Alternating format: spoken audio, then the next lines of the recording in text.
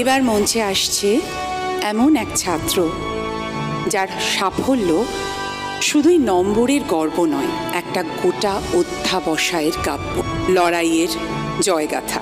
পশ্চিম মেদিনীপুরের প্রত্যন্ত এলাকার গোয়ালতোড়ের ছোট্ট নাগদোনা আদিবাসী হাই স্কুলের ছাত্র সৌম্যদীপ ঘোষ।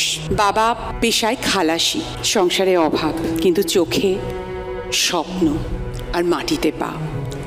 পড়াশোনার ফাঁকে ফাঁকে কাজ করতে হয় জমিতে, তবুও সেই ছেলেটাই আজ মাধ্যমিকে পেয়েছে 679 নম্বর।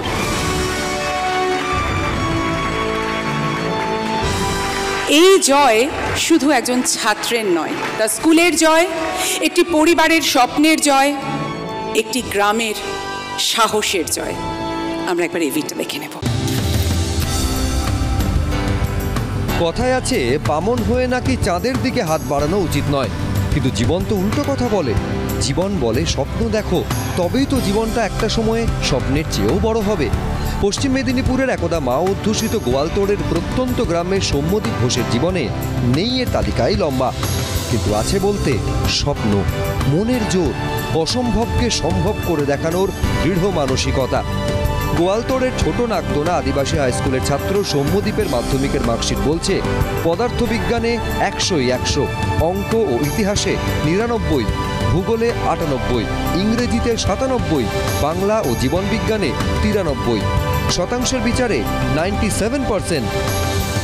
একটা স্বপ্ন ছিল যে মাধ্যমিকে আগে দেখেছি টিভিতে যে বড় দাদা দিদিরা, তাদেরকে দেখেছি যে তাদেরকে ভালো রেজাল্ট হয়েছে, এবং ছোট থেকে তখনই স্বপ্ন ছিল যে আমিও যেমন একদিন হতে পারি এরকম, আমারও যেমন টিভিতে দেখাই কিংবা পেপারে নাম বেরোয়, এরকম একটা এক্সপেকটেশন নিয়ে, সেজন্যই মানে জেদ নিয়ে পড়াশোনা করেছি। বাবা পেশায় লরির খালাসি, মা ঘর সামলান, দুজনকে সাহায্য করতে হয় সৌম্যদীপকে, আর তার সঙ্গেই মন দিয়ে পড়াশোনা। দু চোখে অনেক বড় হওয়ার স্বপ্ন।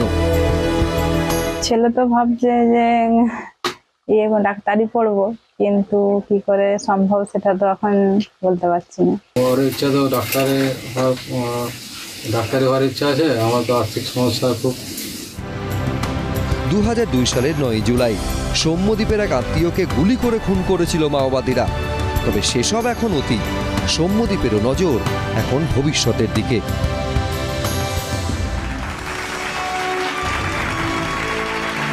গর্বভরে ডেকে নিই এবিপি আনন্দ শিক্ষা সম্মান 2025-এ আমাদের অনুপ্রেরণা সৌম্যদীপ ঘোষকে।